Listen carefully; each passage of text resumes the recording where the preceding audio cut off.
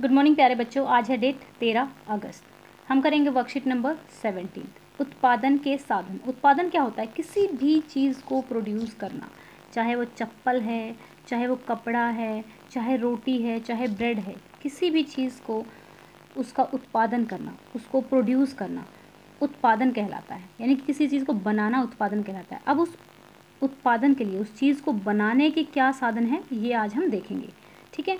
अब ये सामाजिक विज्ञान अर्थशास्त्र का आपका सेकंड लेक्चर है। जिन लोगों ने 16th नहीं देखा है तो प्लीज़ एक बार 16th वर्कशीट देख लीजिए सोशल साइंस की, ताकि आपको इकोनॉमिक्स समझ में आनी स्टार्ट हो जाए।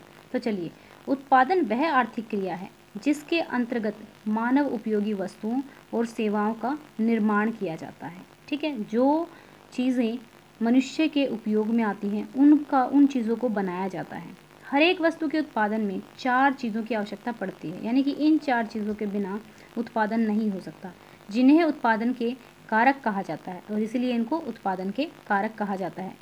कौन कौन से हैं? भूमि, श्रम। भूमि का मतलब देखिए, अगर आप अपना एक एजुकेशन सेंटर खोलना चाहते हैं या फिर कंप्यूटर सेंटर खोलना चाहते हैं, तो आपको उसको खोलने के लिए एक ज़मीन चाहिए होगी। फिर उस कंप्यूटर सेंटर पर काम करने वाले, सिखाने वाले वो लोग भी चाहिए होंगे। फिर वहाँ पर उन कंप्यूटर्स को ख़रीदने के लिए आपके पास पैसा भी होना चाहिए, और फिर आप उस कंप्यूटर सेंटर का नाम भी रखेंगे। ठीक है। तो उद्यमी मतलब जो आप एक तरह से जो उस पर पैसा लगा रहा है, जो खोल रहा है। तो 4 चीज़ें तो चाहिए। कौन कौन सी? भूमि, श्रम, पूंजी और उद्यम। ठीक है। जो काम करेंगे वो लोग, ये सारे मिलके जो काम करेंगे। ठीक है। वो उत्पादन के कारक भूमि, श्रम, पूंजी, उद्यम। तो पूंजी 2 तरीके की होती है, एक स्थायी और एक कार्यशील पूंजी। स्थायी में तो आपके कंप्यूटर्स आ गए, और जो बिल्डिंग आपने ली है वो आ गई, जो उस पर बिल्डिंग बनाई। कार्यशील में यानी कि इन कंप्यूटर्स को लेने के लिए जो आपने पैसा लगाया है वो आपकी कार्यशील पूंजी हो गई। अब नेक्स्ट है, यही बातें यहाँ पर बताई हुई है कि भूमि का क्या मतलब है, श्रम का क्या मतलब है। श्रम का मतलब कि जो लोग, आप कुछ तो लोगों को रखोगे ना काम पे।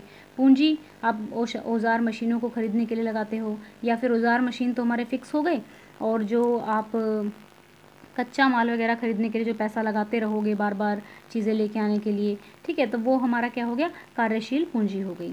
अब उद्यम क्या होता है? जो सारे व्यक्ति हैं और जो व्यक्तियों का समूह, वो सारे मिलकर अपना प्रयास कर रहे हैं और चीज़ों की बिक्री वगैरह करने के लिए भी साधनों का उपयोग कर रहे हैं, तो वो हमारा हो गया उद्यम। ठीक है। जो वो सारा काम करेंगे। अब यहाँ पर पूछा गया है उत्पादन के सभी कारकों के नाम आपको लिखने हैं, तो चारों नाम लिख देना। ठीक है। इसमें भी सेम ही आएगा, क्योंकि देखो इसमें क्या दिख रहा है आपको? श्रम दिख रहा है, कुछ लोग श्रम कर रहे हैं, कुछ लोग काम कर रहे हैं। और फिर यहाँ पे आप देखेंगे तो ये लोहे पर काम कर रहे हैं। थोड़ा बड़ा करके देखते हैं, ये लोहे की चीज़, यानी कि कैपिटल ये हो गई हमारी, जिस भी चीज़ पे वर्क कर रहे हैं, लोहा इनका वर्क है, इसको तोड़ना मरोड़ना जो भी ये करेंगे इसमें। ठीक है ना। तो चारों चित्र इसको लिखने, चारों लिख देने हैं आपको इसमें। अभी करेंगे क्वेश्चंस भी। उत्पादन के किस कारक को उत्पादन के लिए सबसे, चारों ही चीज़ें बहुत ज़रूरी हैं, कोई एक भी रह जाएगा तो उसके बिना काम नहीं होगा। अब आप अपना किसी एक पड़ोसी को चुनकर वस्तुओं और सेवाओं के उत्पादन में उनकी सहभागिता पर नोट लिखिए, यानी कि आपका जो पड़ोसी है वो किस तरीके से सेवाओं और उत्पादन में हाथ बटाता है। तो चलिए इसके आंसर कर लेते हैं। तो हमारे पहले क्वेश्चन का आंसर है भूमि, श्रम, पूंजी, उद्यम। ठीक है। दूसरे क्वेश्चन का आंसर है भूमि, श्रमिक जो काम कर रहे हैं वो, पूंजी, उद्यम फर्म या संगठन जिसके लिए काम कर रहे हैं। ठीक है। क्वेश्चन नंबर 3, उत्पादन के सभी चारों कारक महत्वपूर्ण है, क्योंकि आप इनके बिना कोई उत्पादन शुरू नहीं कर सकते। यदि आपके पास कोई मजदूर नहीं है तो कौन उत्पाद बनाएगा? आपको कुछ पूंजी की भी आवश्यकता है जिस पर श्रम किया जा सके। आपके पास आपके संगठन का नाम होना चाहिए ताकि आप उस नाम से अपना उत्पादन बाजार में बेच सकें। अब क्वेश्चन 4, आपको अपने एक पड़ोसी के बारे में लिखना था। मैंने किसान के बारे में लिखा है, क्योंकि मुझे किसान से ज़्यादा ही लगाव रहता है।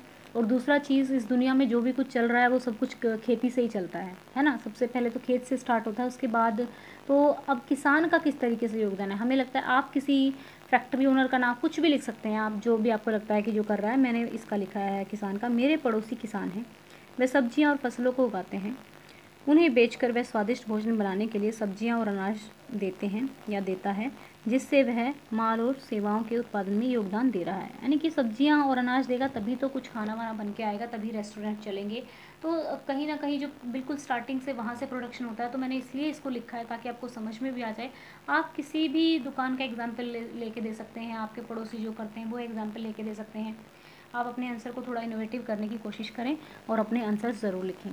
तो आपको कमेंट करके बताना है आपको ये वीडियो कैसे लगी, और प्लीज़ मुझे ये तो ज़रूर बताया करें कि वीडियो आपको कैसी लगी, और लाइक ज़रूर करें।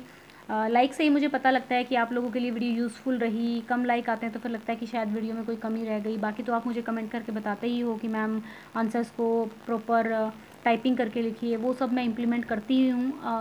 कभी कभी ऐसा हो जाता है कि बहुत काम होने की वजह से कई बार मैं टाइप नहीं करती, वर्कशीट में से ही लिखवा देती हूँ आपको। तो वीडियो को लाइक ज़रूर करें, इसको शेयर ज़रूर करें। Thank you, have a nice day, may God bless you.